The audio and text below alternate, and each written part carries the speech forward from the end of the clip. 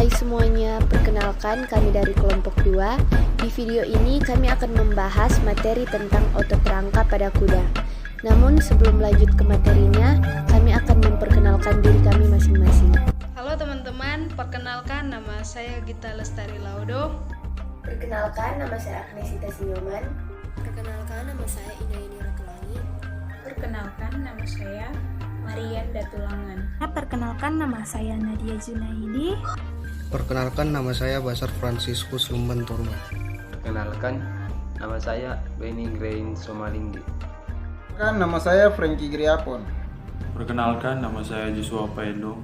Baiklah, jadi saya akan menjelaskan materi tentang fungsi retikulum sarkoplasma atau pompa kalsium dalam merangsang kontraksi otot rangka. Di antara miofibril terdapat retikulum sarkoplasma yang merupakan struktur yang memegang pertahanan penting dalam proses kontraksi. Otot-otot yang melakukan kontraksi dengan cepat mempunyai retikulum sarkoplasma yang lebih banyak. Pada ujung retikulum sarkoplasma akan melebar sebagai terminal sinsestran. Posisinya sangat dekat dengan tubulus T. Struktur ini sangat besar peranannya dalam proses kontraksi karena berfungsi sebagai saluran CA atau CA channel. Fungsi retikulum sarkoplasma adalah melepaskan ion CA atau kalsium selama proses relaksasi. Timbulnya kontraksi pada otot rangka mulai dengan potensial aksi dalam serabut-serabut otot.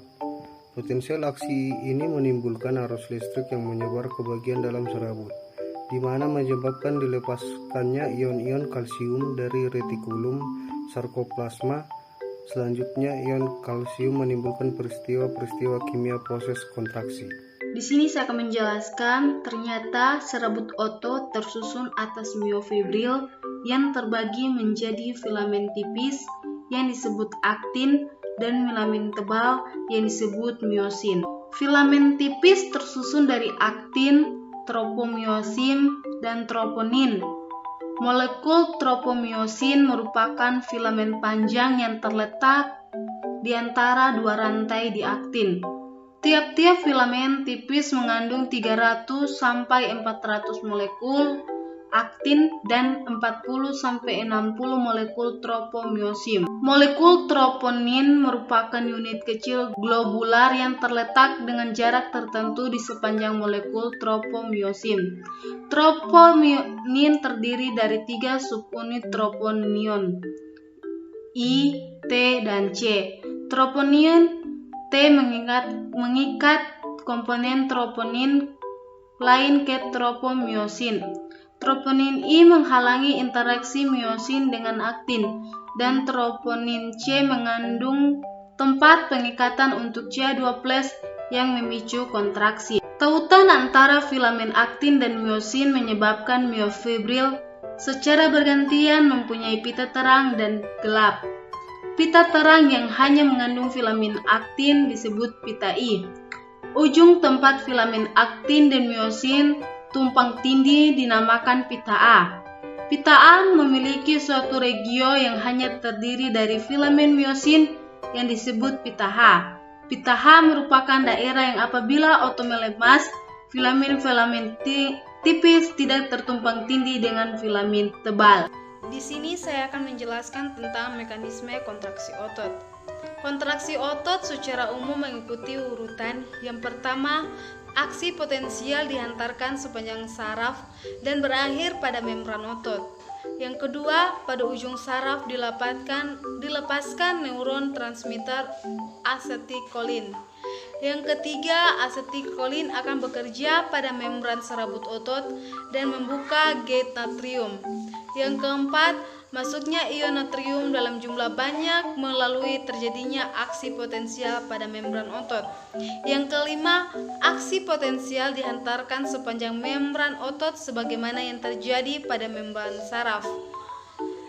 Yang keenam, aksi potensial yang terjadi di membran otot akhirnya hanya sampai ke bagian tengah otot yang menstimulasi retikulum sarkoplasma melepaskan ion kalsium. Yang ketujuh yaitu ion kalsium akan berkaitan dengan troponin C dan ini mewakili ikatan antara aktin dengan miosin. Setelah itu, proses yang berikutnya adalah ikatan antara aktin dan miosin menyebabkan filamen ini saling menarik ke arah tengah atau sliding filament mechanism, dan inilah yang disebut dengan kontraksi otot. Kemudian, proses yang berikutnya adalah setelah beberapa waktu, ion kalsium dipompa kembali ke retikulum sarkoplasma. Lalu terjadi pelepasan ikatan antara aktin dan miosin atau yang biasa disebut dengan relaksasi. Kontraksi yang terjadi melalui sliding filament mechanism akibat terbentuknya cross bridge yang disusun oleh filamen miosin dan aktin yang akan menarik aktin ke arah miosin atau tengah. Kekuatan untuk menarik diperoleh dari ATP yang tersedia di kepala miosin dan akan aktif saat aksi potensial mencapai bagian otot. Dari yang kedua, saya akan membahas tentang otot kerangka atau skeletal muscle. Otot kerangka ini dikenal mempunyai dua serabut otot, yaitu yang pertama, serabut otot tipe 1, yang dimaksud dengan serabut lambat, serabut merah atau serabut oksidatif lambat, atau slow twitch muscle fiber. Dan yang kedua, serabut otot tipe 2, atau yang dimaksud dengan serabut cepat, serabut putih atau serabut otot anaerobik, atau fast twitch muscle fiber. Pada serabut tipe 2 masih dibagi menjadi dua macam, yaitu tipe 2A dan tipe 2B, sehingga dapat diklasifikasikan menjadi 3 serabut otot, yaitu tipe 1 atau slow twitch oksidatif, tipe 2A atau fast twitch oksidatif, dan tipe 2B atau fast twitch glikolitik. Serabut otot tipe lambat mengandung enzim oksidatif dalam jumlah yang besar, berkontraksi secara lambat dan melepaskan energi secara bertahap, sesuai dengan kebutuhan yang diperlukan oleh tubuh pada kegiatan aktivitas steady state, misalnya jogging, bersepeda, dan endurance swimming. Serabut-serabut otot ini mengandung lebih banyak mitokondria, suplai pembuluh darah, dan mioglobin, sehingga dapat secara efisien dalam menggunakan oksigen untuk menghasilkan energi. Membuatnya resisten terhadap kelelahan namun tidak dapat menghasilkan energi atau daya yang sebagaimana serabut otot tipe cepat. Mioglobin yang lebih banyak terkumpul dalam serabut tipe ini menyebabkan warna serabut ini menjadi lebih merah karena mengandung pigmen mioglobin seperti hemoglobin di dalamnya. Ketika tubuh melakukan aktivitas tipe ketahanan, maka serabut otot tipe lambat ini akan lebih banyak digunakan untuk pergerakan sebab serabut otot jenis ini akan memenuhi kebutuhan energi dari otot yang bekerja. Sedangkan serabut otot tipe cepat berkontraksi secara cepat dan melepaskan energi secara cepat. Hal ini disebabkan serabut otot tipe ini mengandung lebih banyak retikulum sarkoplasma, sehingga lebih cepat dalam melepaskan dan mengambil kembali ion kalsium. Struktur kepala miosin juga sedikit berbeda dibanding serabut otot tipe lambat, menyebabkan serabut otot ini lebih efisien dalam menghidrolisis ATP. Namun, serabut otot ini rentan terhadap kelelahan yang disebabkan jalur penghasil energi yang digunakan, yaitu sistem metabolisme anaerobik. Tubuh banyak menggunakan serabut otot jenis ini untuk melakukan tipe aktivitas daya ledak, seperti angkat beban, senam atletik, dan lari sprint. Pada setiap individu rasio antara serabut otot tipe lambat dan cepat berbeda dan telah dideterminasi secara genetik, sehingga dapat menjadikan mereka lebih cocok pada suatu cabang olahraga atau aktivitas tertentu. Latihan fisik yang tepat akan turut mengembangkan dan menimbulkan adaptasi yang tepat bagi tiap tipe serabut otot. Serabut otot tipe cepat akan menunjukkan perkembangan dan manfaat latihan anaerobik, seperti misalnya lari sprint, latihan dengan interval, dan latihan beban.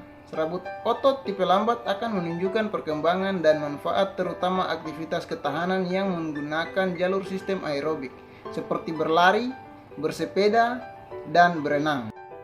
Lanjut, saya akan membahas tentang metabolisme anaerob pada kuda yang memiliki tipe serat 2. Jenis serat otot rangka vertebrata.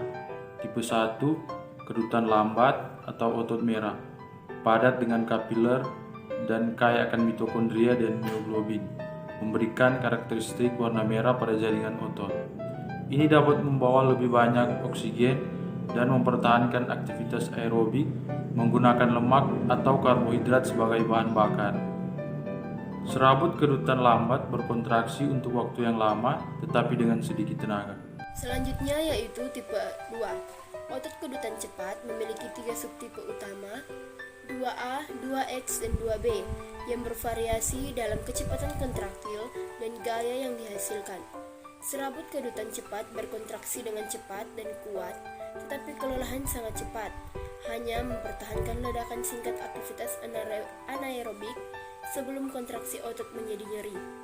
Mereka berkontribusi paling besar untuk kekuatan otot dan memiliki potensi lebih besar untuk peningkatan massa. Tipe 2B adalah otot anaerobik, glikolitik, putih yang paling tidak padat di mitokondria, dan mioglobin. Pada hewan kecil, misalnya hewan pengerat, ini adalah tipe otot utama yang menjelaskan warna pucat dari daging mereka.